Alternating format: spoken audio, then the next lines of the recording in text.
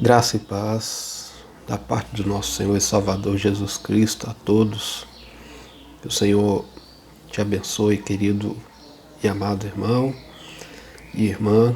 Que Deus venha falar com você, com cada um de nós nesse dia. Vamos meditar nesta manhã, neste dia, no Salmo de número 85. É um salmo que nos incentiva e nos mostra um salmista clamando e pedindo ao Senhor um avivamento que vem exatamente com o reconhecimento do pecado, a busca pelo perdão, e termina exatamente com uma disposição de cumprir a vontade do Senhor. Então vamos lá ao Salmo. Favoreceste, Senhor, a tua terra, restauraste a prosperidade de Jacó. Perdoaste a iniquidade do teu povo, encobriste os seus pecados todos. A tua indignação reprimiste-a toda, do furor da tua ira te desviaste. Restabelece-nos, ó Deus, da nossa salvação, e retira de sobre nós a tua ira. Estarás para sempre irado contra nós? Prolongarás a tua ira por todas as gerações? Porventura não tornarás a vivificar-nos, para que em ti se regozije o teu povo? Mostra-nos, Senhor, a tua misericórdia e concede-nos a tua salvação. Escutarei o que Deus, o Senhor, disser, pois falará de paz ao seu povo e aos seus santos, e que jamais caiam em insensatez. Próximo está a sua salvação dos que o temem, para que a glória assista em nossa terra. Encontraram-se a graça e a verdade, a justiça e a paz se beijaram. Da terra brota a verdade, dos céus a justiça baixa ao seu olhar. Também o Senhor dará o que é bom, e a nossa terra produzirá o seu fruto. A justiça irá diante dele, cujas pegadas ele transforma em caminhos. Amém. Então este salmo, queridos irmãos, reflete e nos leva exatamente ao clamor e ao pedido do salmista pelo perdão, mas veja que há um caminho a ser traçado aqui, que é exatamente o clamor de Deus, o clamor a Deus, para que Deus possa exatamente restabelecer no coração do seu povo exatamente a alegria de uma salvação, né? De saber, do povo entender que é somente em Deus que ele encontra exatamente a salvação e que ele encontra o perdão para restabelecer o relacionamento desse Deus Todo-Poderoso. O salmista clama ao Senhor dizendo: restauraste a prosperidade de Jacó. Então, o salmista aqui relembra os tempos antigos, passado, em que Deus exatamente havia restaurado a prosperidade de Jacó. Em vários momentos na história do Senhor ali no passado, Deus havia manifestado a sua graça sobre a vida do seu povo. Então, a história, de um modo geral, fala exatamente dessa presença maravilhosa de Deus restaurando sempre a prosperidade ali de Jacó.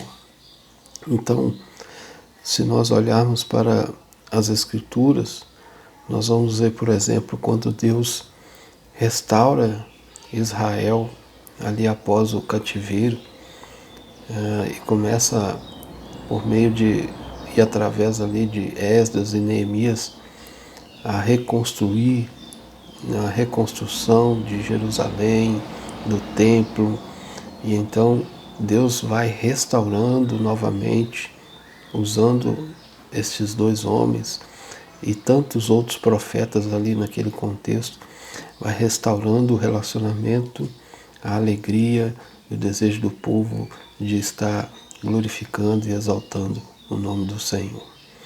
Então veja que este é um salmo em que nos ilustra muito bem e nos mostra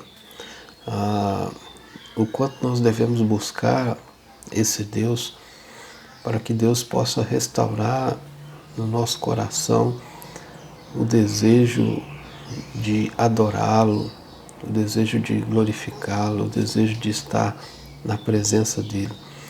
Isso é um avivamento. Não nos resta dúvida, amados irmãos, que nesses dias nós precisamos exatamente clamar a Deus por um avivamento no meio da sua igreja, um avivamento no nosso coração, para que Deus restaure o nosso desejo de adorar o Senhor, para que Deus restaure o desejo de estar congregando, de estarmos juntos na igreja, podendo adorar e glorificar o nome do Senhor, cultuar a Deus. Não nos resta dúvida, amados, que nós devemos clamar pelo avivamento e pelo desejo de Deus restaurar o desejo no nosso coração de servir a Ele. Nós temos vivido dias exatamente de um esfriamento espiritual, de uma frieza e de um certo comodismo do povo de Deus em permanecer da forma como está. E a palavra do Senhor diz que a nossa vida cristã, ela precisa ser uma vida de crescimento. Ela não pode ser uma vida de estagnação, porque quando paramos, na verdade nós estamos decaindo. Nós nunca que paramos, mas a gente tem a sensação de estar parando, mas na verdade a gente vai decaindo, né? E a gente vai esfriando cada vez mais, esfriando, e dali a pouco a gente está completamente fora da presença do Senhor, a gente está completamente fora do propósito de Deus. Isso vai acontecendo de uma forma bem sorrateira, de uma forma bem lenta, e que a gente não vai percebendo, e dali a pouco a gente está completamente frio. É como aquela ilustração da rã, né? Que você coloca a rã dentro de uma vasilha com água fria, ela permanece porque gosta da água fria. Mas aí você coloca fogo debaixo da panela ali, esquentando aquela água vai mornando, aquela água vai esquentando e a rã vai se adaptando àquela água morninha, aquela água gostosa. Dali a pouco a água está quente, mas a rã vai se adaptando àquela água quente. Dali a pouco aquela água está fervendo e aí a rã morre. Ela é exatamente